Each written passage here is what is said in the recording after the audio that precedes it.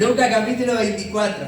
Vamos a hablar algo serio. Lucas capítulo 24, versículo 44 al 49. Ustedes búsquenlo ahí. Lucas 24, versículo 44 al 49. Y quiero hablar, es una continuación de algunos temas que venimos hablando, pero ya siendo más específicos. Y tiene que ver con este tema en particular, conocer al Espíritu Santo, ¿sí? Y hoy vamos a predicar parte de esto, probablemente lleve algunas semanas, no lo sé, Dios lo dirá, pero sí he sentido en el corazón empezar a exponer un poco acerca del Espíritu Santo y algunas cosas que quizás nosotros conocemos, algunas otras que no, pero hoy quiero introducir en algunos de los aspectos del Espíritu Santo, ¿sí? Hay algunas cosas que nosotros sabemos, conocemos, hay algunas que se están hablando en los grupos pequeños porque se habló sobre el Espíritu Santo en alguna de las lecciones, no me acuerdo bien cuál de ellas, pero empezamos a hablar un poquito sobre esto y también en las semanas anteriores. Y yo no sé si a usted le ha pasado, pero a mí me ha pasado de conocer a personas que no importa el tiempo que usted la conozca, siempre descubre algo nuevo de esa persona.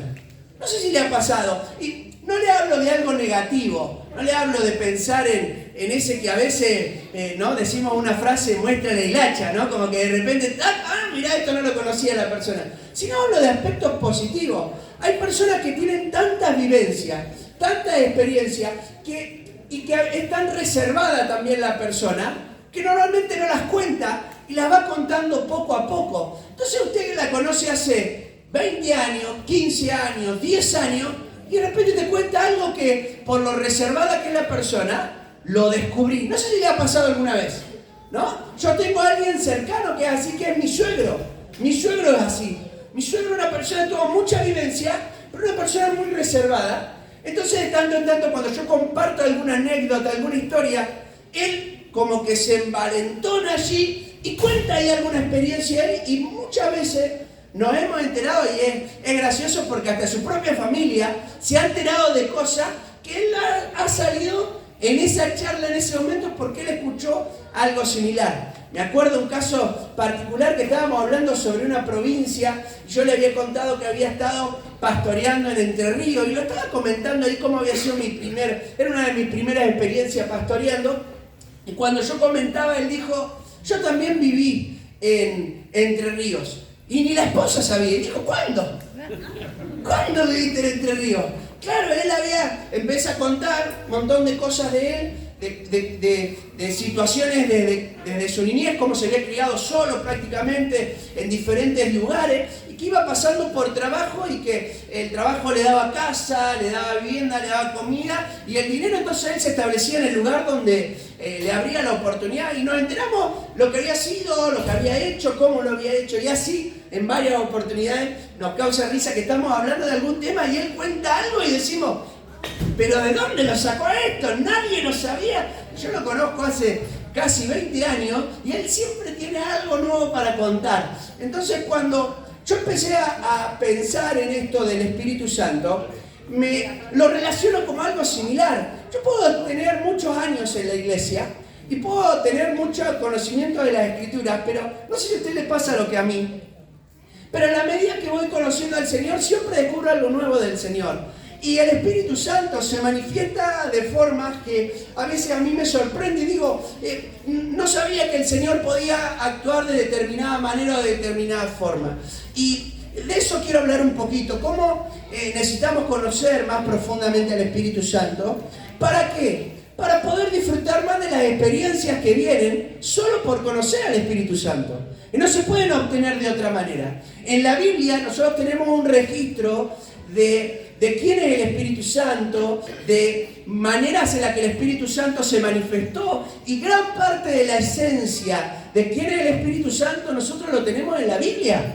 Si leemos, podemos descubrir gran parte de quién es el Espíritu Santo. Claramente no lo vamos a poder descubrir todo, porque Dios es mucho más grande de lo que se puede expresar con simples palabras, pero podemos ir descubriendo al Espíritu Santo y trasladar ese conocimiento que podemos tener intelectual hacia lo que es la experiencia en nuestras vidas. ¿Amén? Así que yo le quiero animar porque aquí vamos a leer esta porción, a que pueda acercarse a la Escritura y cuando lea algo que habla, trata sobre la persona del Espíritu Santo, que se atreva a buscar al Señor en base a eso, que usted se aferre y tome por medio de la fe y diga, Señor, yo quiero vivir, yo quiero experimentar estas experiencias. ¿Amén? ¿Se anima? Mire que si no, no sigo, o sea, se tiene que animar porque no puedo arrancar. Es la introducción, ¿sí? Dice Lucas 24, 44 al 49. Y les dijo, estas son las palabras que les hablé cuando estaba con ustedes, que era necesario que se cumpliera todo lo que está escrito en mí en la ley de Moisés, en los profetas y en los salmos. Entonces les abrió el entendimiento para que comprendieran las Escrituras. Y les dijo, así está escrito, y así fue necesario, que el Cristo padeciese y resucitase de los muertos al tercer día, y que predicase en su nombre el arrepentimiento y el perdón de pecados en todas las naciones, comenzando desde Jerusalén. Y vosotros seréis testigos de estas cosas. Y mira lo que dice el versículo 49. He aquí yo enviaré la promesa de mi Padre sobre vosotros. Quedaos vosotros en la ciudad de Jerusalén hasta que seas investidos de poder desde lo alto. ¿Amén? Está ahí la palabra del Señor, por lo menos en esta primera oportunidad, ¿sí? Si uno mira, este suceso lo registran los 4 evangelios. Mateo, Marcos, Lucas y Juan hablan de esta aparición. Hay varias apariciones. Jesús, después de resucitar, aparece varias veces a los discípulos. Y esta es una de ellas. No todas las apariciones de Jesús resucitado son registradas en la Biblia. Hay algunas de ellas registradas y algunas las registra un evangelio y el otro evangelio no las registra. ¿Por qué? Porque la persona que está contando la historia cuenta lo que fue el impacto en su vida. Es como si alguno de nosotros tuviera que contar alguna predicación y probablemente se hablaron muchas cosas dentro de la predicación, pero usted impacta una parte y esa parte usted la escribiría y la plasmaría en un papel. Bueno, eso es de alguna manera los evangelios. Ahora, este suceso en particular, esta aparición de Jesús, aparece en los 4 evangelios. Miren si no es importante. A cada persona que fue el que, sea que lo haya visto o que esté registrando lo que otro vio, le impactó tanto estas palabras que lo deja registrado. Y 2 en particular hablan muy pero muy puntual, que es Lucas y Juan. Lucas y Juan resaltan algo prácticamente similar. Es como que registran el hecho desde prácticamente el mismo punto de vista. Lo que más les impactó a los 2 es esta última expresión, la idea de que el Espíritu Santo habría de venir. Juan, cuando lo cuenta, agrega un detalle más que no cuenta Lucas. Juan capítulo 20, después lo puede buscar. Juan dice que como a modo simbólico Jesús va a hacer algo. Es más, nosotros lo usamos a veces hasta, y lo habrá escuchado en un montón de predicaciones, usamos la expresión el soplo del Espíritu. ¿Cuántas veces lo habrá escuchado, no? El soplo de Dios y demás. Aparece una vez en la Biblia, ahí, en Juan. Y Juan lo dice como lo que Jesús va a hacer simbólicamente en un futuro. Dice que Jesús lo juntó a los discípulos y dice sopló, no dice sobre ellos, sino que dice sopló y dijo reciban el Espíritu Santo. Como anticipando algo de lo que iba a venir prontamente. Días después, ellos iban a recibir ese poder sobrenatural del Espíritu Santo, inexplicable, inigualable, que los llevó a que tengan un valor y un denuedo para predicar la palabra, que hiciera que desde una punta de la tierra hasta la otra, hoy nosotros estemos predicando el mismo evangelio. Miren si no ha sido tremendo el poder de Dios a través de ese momento. Es algo maravilloso. Ahora, cuando Lucas habla, Lucas anticipa esto por lo que Jesús va a hablar y dice, he aquí yo voy a enviar, dice Jesús, la promesa de mi Padre sobre ustedes. Quédense en la ciudad hasta que sean investidos, o sea, hasta que ustedes no tengan esta experiencia sobrenatural del Espíritu Santo, no se vayan. Bueno, ahí empieza toda la historia, ¿no? Jesús muere, 3 días, le hago una cronología rápida, resucita, ¿sí? Resucitó el Señor. Por 40 días, dice Hechos los Apóstoles, predica y le habla a sus discípulos. No es que va a buscar a otros, a sus discípulos. Y les muestra, dice, pruebas de que él estaba vivo. Porque me imagino, no sé usted, pero debe haber sido impactante y hasta ellos deben haber dudado porque uno contaba una experiencia pero pasaba en un determinado lugar y el otro decía, che, no te creo mucho. Imagínense que hasta el día de hoy hay un montón de personas que no creen. Imagínense cuando habías visto morir al Señor. Ahora Jesús resucita 40 días. Él está con ellos y habla con ellos y se registran muy poquitas cosas, salvo lo que dice Hechos de los Apóstoles, que Él se presentó con pruebas para que no haya dudas de que Él resucitó. 40 días.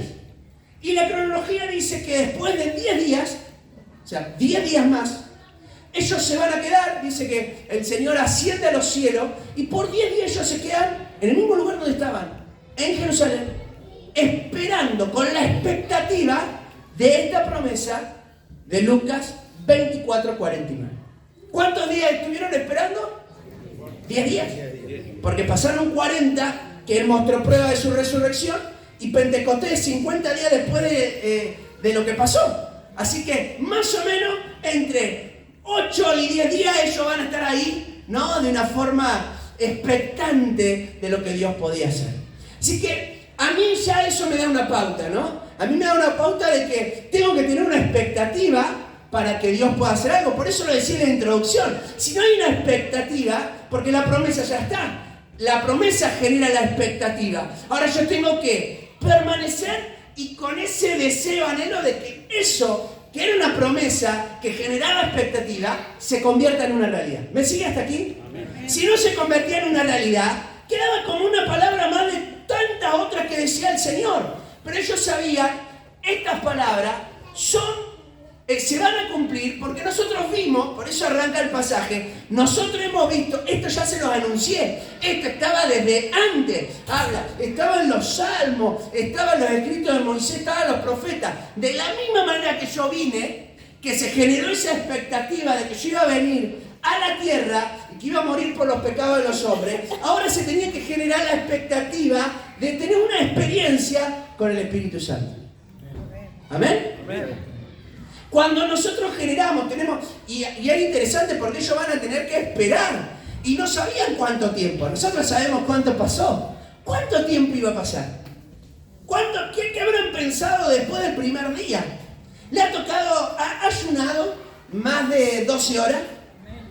¿Sí? ¿Ha ayunado 24 horas? ¿No? ¿Ha ayunado 48? ¿No? Se empieza un poco ya más a desgastar, 72 horas. No empiece ahí a... Y cuando empieza a pasar el tiempo uno se empieza a desgastar, ¿no? Acá no dice qué estaban haciendo, no se dice si ayunaban, si no ayunaban. A lo que voy es que empiezan a pasar los días. Y al empezar a pasar los días, tenían que seguir permaneciendo en fe, creyendo de que iban a tener una experiencia que no sabían cómo iba a ser. No le dice más que va a venir poder sobre ustedes. Y hasta ahí queda. ¿Cómo iba a ser? Yo capaz que en la medida que iban pasando los días decía, ¿será que es esto? Cuando, por ejemplo, se levanta Pedro y se selecciona al número 12. ¿Habrán creído que ahí estaba el Espíritu Santo y que fue, acá ya está el Espíritu Santo? Capaz que creyeron que fue ahí.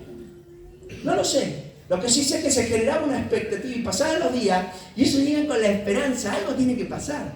Algo tiene que pasar. Por eso, una de las cosas fundamentales para entender el obrar del Espíritu Santo, conocer más profundamente al Espíritu Santo, es tener esa fe y esa expectativa de que Dios se pueda manifestar en cualquier momento y de cualquier forma.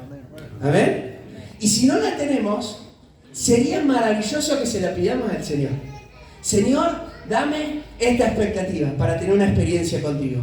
Dame este deseo para que cambie algo, porque iba a venir algo que iba a cambiarlos por completo. No iban a ser iguales después de eso. Estos que antes salían corriendo cuando los amenazaban, después se pararon y empezaron a defender el Evangelio, y aún presos y golpeados salían gozosos porque ahora eran dignos de padecer por causa del Evangelio. Tremendo. ¿Qué pasaría si te agarran a palo para predicar? Si te dan un par de varazos, ¿Cómo reaccionaría? La única manera de reaccionar con gozo es siendo lleno del Espíritu Santo. Cuando Pablo más adelante está encarcelado y después de haber sido azotado muchas veces, con azotes en su cuerpo, la Biblia dice que a la medianoche se pusieron a cantar en Filipos. Y mientras están adorando al Señor, empieza a ocurrir una serie de milagros asombrosos en el lugar. Es tremendo lo que puede hacer el Señor. Estas personas habían sido investidas de algo que era sobrenatural, no se puede explicar de manera natural. ¿Cuántos de nosotros hemos intentado llevar una vida cristiana de forma natural y nos hemos frustrado porque, aunque creíamos que íbamos bien, nos caíamos? ¿Cuántos rebalones hemos tenido en nuestra vida cristiana por haberlo hecho en nuestras propias fuerzas, ¿no? Queriendo y diciendo, va a ver cómo ahora sí, yo voy a hacer esto y el otro, y sin la actividad del Espíritu Santo, sin relacionarme con el Señor. Y las consecuencias las sabemos, las hemos vivido, ¿verdad? Pero cuando viene esta gracia del Espíritu Santo y permanecemos, eso lo veremos más adelante, ¿no? Y permanecemos en esa expectativa y experiencia con el Señor de todo el tiempo estar conociéndolo más profundamente, porque no nos va a alcanzar la vida para conocer al Señor. Cuando estemos buscando la presencia del Señor cada día más, vamos a empezar a experimentar cosas de manera completa que nosotros ahora estamos experimentando quizás en parte. Y de eso quiero hablar un poquito, ¿no? Si me acompañan, vamos a ir a otro texto, porque lo primero que quiero hablar acerca de esto es que el Espíritu Santo nos hace libre, y obviamente voy a terminar con un punto, porque vieron cómo soy, pero quiero hablarles de este pasaje, porque para mí es impactante, para mí fue trascendental la actividad del Espíritu Santo en mi vida. Yo sé que soy resultado de que el Espíritu Santo obrara en mi corazón, por cómo Dios empezó a hacer en mi vida todas las cosas que hizo. No le puedo buscar otra explicación sino por medio del obrar del Espíritu Santo en mi vida. Segunda de Corintios 3:17 habla allí una acción del Espíritu Santo que es la de la libertad. Yo ya he hablado de este pasaje, lo voy a mencionar, lo hablé hace un tiempito atrás en su contexto. Ahora voy a tocar solo ese versículo, hablé los versículos anteriores. Pero la Biblia dice así: porque el Señor es el Espíritu, y donde está el Espíritu del Señor, allí hay libertad. Nosotros hemos usado muchas veces esto en nuestras canciones o cuando estamos por arrancar la reunión, ¿no? El Espíritu de Dios está en este lugar, hay libertad, baile. El Espíritu de Dios hay libertad, pegue los gritos. El Espíritu de Dios hay libertad, dance, ¿no? Lo hemos relacionado más con esa parte. Pero quizás hasta lo hemos limitado demasiado, porque cuando la Biblia habla sobre esta libertad, viene hablando de los velos. ¿Se acuerdan que lo hablé en algún momento? Velos que se caen. Velos que se caen. O sea, esa es la libertad. Es cosas que nosotros no nos dábamos cuenta que estaban mal, y se nos cayó el velo y nos dimos cuenta que estaban mal. Toda esa experiencia es resultado de la libertad del Espíritu Santo. Y ahí está el otro pasaje, y ahí me meto bien en el tema. Dice: ahora pues, Romanos 8, versículo 1 y 2, ninguna condenación hay para los que están en Cristo Jesús. ¿Cuántos dicen amén? Los que no andan, conforme a la carne, sino conforme al Espíritu. Usted vaya después al versículo 4, esta expresión se repite también. Versículo 2, porque la ley del Espíritu de vida en Cristo Jesús me ha librado de la ley de pecado y de la muerte. Tremendo. Usted lee Romanos 8, yo le aliento a que lo lea, porque Romanos 8 te vuela a la cabeza. Esos capítulos de la Escritura que te hacen entender el Evangelio. Hay capítulos de la Biblia que tienen tanta riqueza, y Romanos 8 es ese capítulo.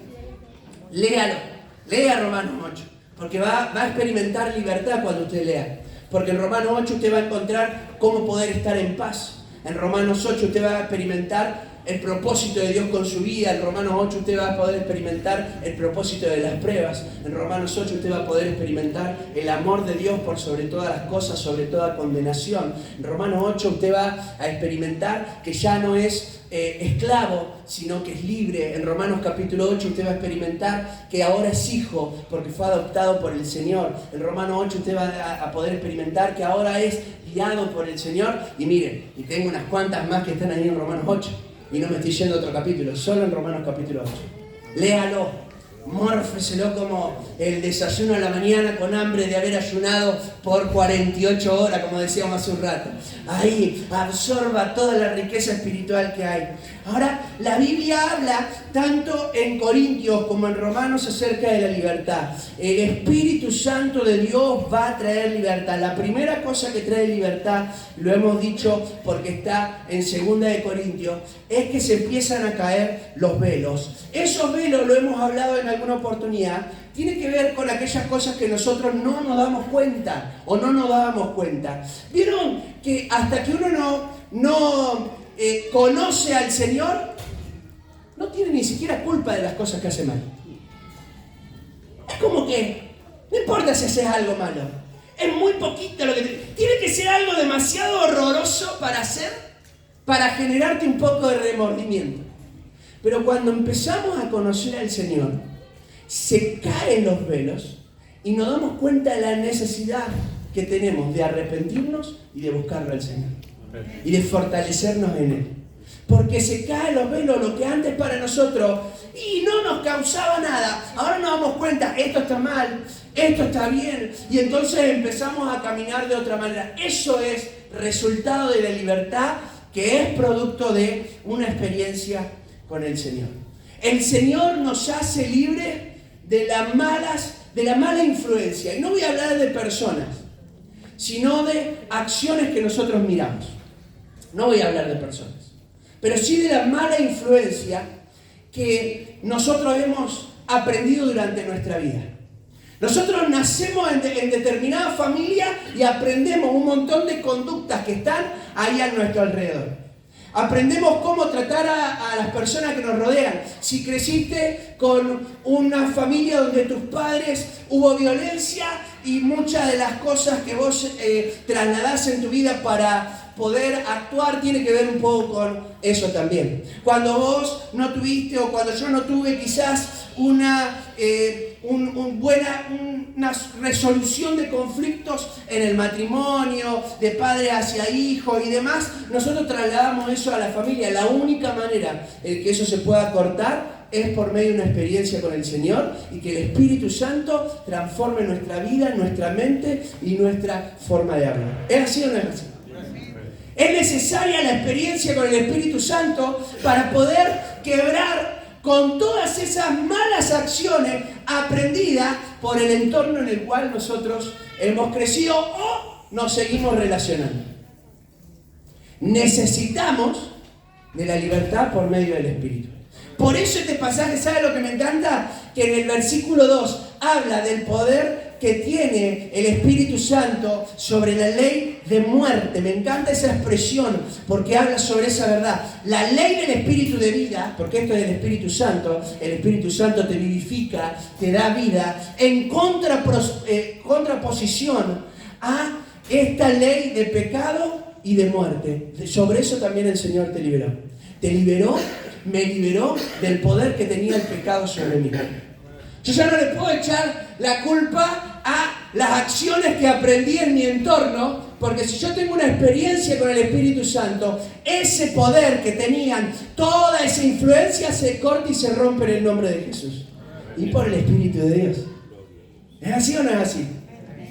Y la Biblia habla en esto, aún sobre esos patrones de conducta dañinos que hemos aprendido y que nosotros trasladamos a nuestras vidas. ¿Cuántos de nosotros, quizás cuando atravesamos ciertos conflictos, nuestra manera de resolverlo es aislarnos y no pedir ayuda?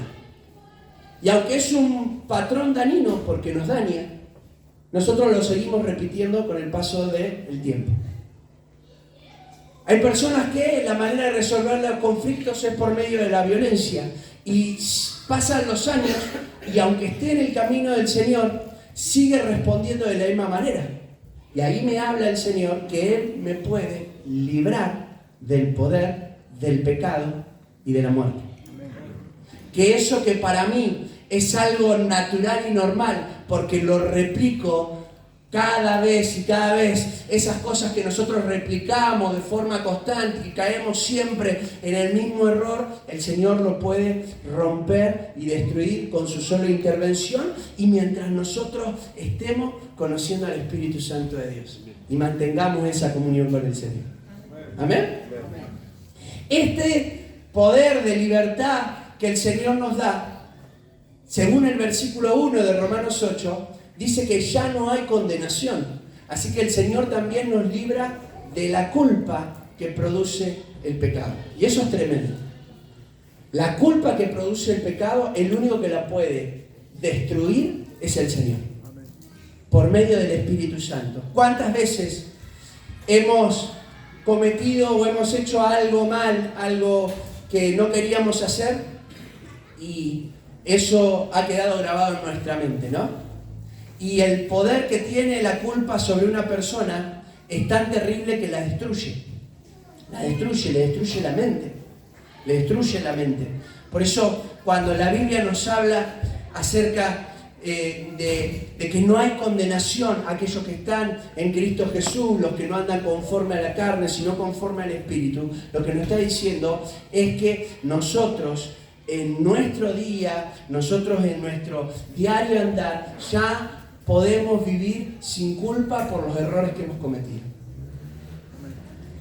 La Biblia no está diciendo que no hay delito, dice que no hay condenación. ¿Se entiende?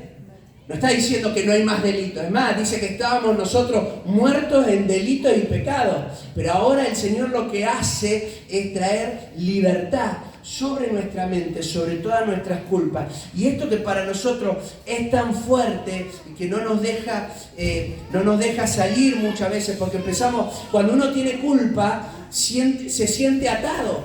¿Saben cómo lo podemos identificar a la culpa? Con algo bien práctico.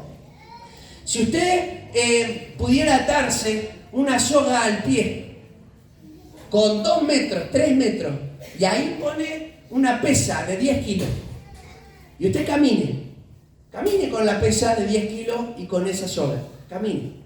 En algún momento la va a sentir, quizá hasta se va a acostumbrar a eso, pero sabe que está arrastrando un peso. Esa es la culpa. La culpa es la que te hace arrastrar ese peso y que no te deja experimentar libertad completa, porque lo que viene a tu mente constantemente es la culpa, y la culpa te hace creer que no vas a poder salir más de ese lugar, que jamás vas a poder pasar a otra instancia en tu vida. ¿Por qué? Porque ya lo hiciste. La culpa es el instrumento satánico para poder mantenerte en condenación. Porque por medio de la culpa, lo que hace Satanás es maquinar de tal manera en tu mente, no vas a poder cambiar. Esto es un anticipo de todo lo que vas a experimentar. Ahora, cuando nosotros somos libres por el Espíritu Santo de Dios, conociendo al Espíritu de Dios, se elimina la culpa en nuestro corazón. ¿Amén?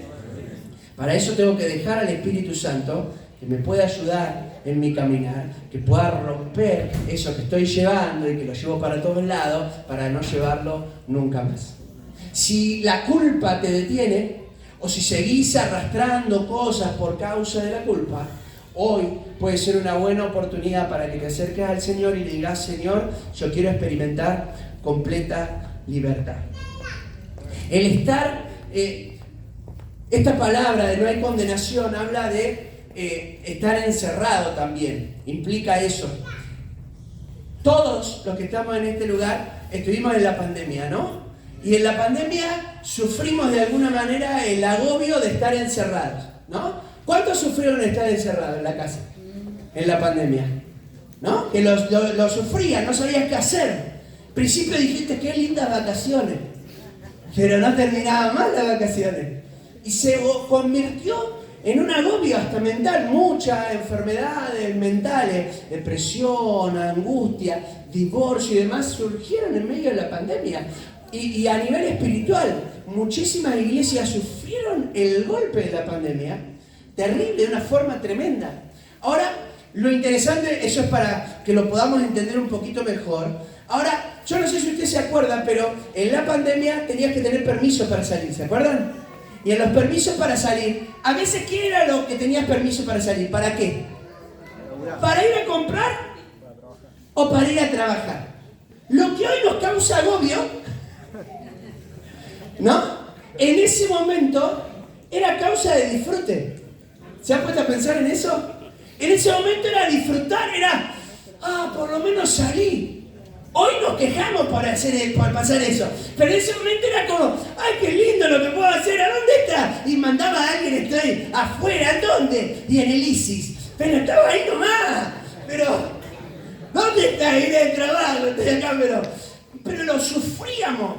Bueno, la condenación a la que se hace referencia es a este nivel de encierro y de agobio que no te permite dar cuenta de todo lo que podés experimentar y todo lo que podés vivir. Todo lo que, porque incluso cuando empezamos a tener pequeñas experiencias, como decía antes, pequeñas experiencias con el Señor, ¿sabes lo que pasa? Empezamos a tener el darnos cuenta de algunas pequeñas cosas que Dios quiere hacer. Pero son pequeñas, porque yo tengo que dejar que el Espíritu Santo trabaje en mi corazón, yo tengo que conocerlo. Por eso, aunque es maravilloso estar en el Señor, estar en la casa de Dios, es insuficiente si yo no mantengo comunión con el Espíritu Santo. ¿Amén? Si yo no mantengo comunión con el Señor. Termino con una cosa allí del versículo 4, ¿no? De Romanos capítulo 8. Hay una frase muy fuerte que se dice, ¿no? Ya no andamos en la carne. Ya no andamos en la carne, sino conforme al Espíritu. Lo mismo se dice en el versículo 1. Ya no andamos en la carne, sino en el Espíritu. La única manera de poder experimentar libertad de forma completa es andar en el Espíritu. Andar en el Espíritu es algo de todos los días. Andar en el Espíritu no es una acción de un momento, no es una experiencia. Muchas personas han disfrutado una experiencia muy fuerte con el Señor, pero ha sido una experiencia. Y lo que Dios nos quiere llevar a disfrutar es andar en el Espíritu. Porque andar en la carne es practicar el pecado. No significa que no vaya a pecar. No significa que no vaya a pecar. Puedo llegar a pecar, pero ya no, hablaba con alguien hoy y le decía, ya no es la regla, sino que es la excepción a la regla. Antes, cuando nosotros no conocíamos al Señor, la regla era pecar, y pecar. Hoy tiene que ser la excepción. Hoy tiene que ser, pero ¿cómo va a ser la excepción? La única manera de que sea la excepción es andando por el Espíritu. Para que deje de ser la regla de mi vida, para que deje de ser lo normal, lo cotidiano, la práctica del pecado, yo tengo que andar en el Espíritu. Y para andar en el Espíritu, tengo que tener expectativa, esperanza y el acercarme a Dios con la fe de querer tener una experiencia con el Espíritu Santo para ser investido de poder y que ese poder me haga libre, no en una acción puntual solamente, sino que me siga haciendo libre todos los días. Por eso cuando me desconecto del Señor, cuando yo empiezo a tomarme licencia en el Espíritu, no como esos días que me salteo de trabajar, si yo hago ese saltearme en las cosas espirituales, sufro las consecuencias.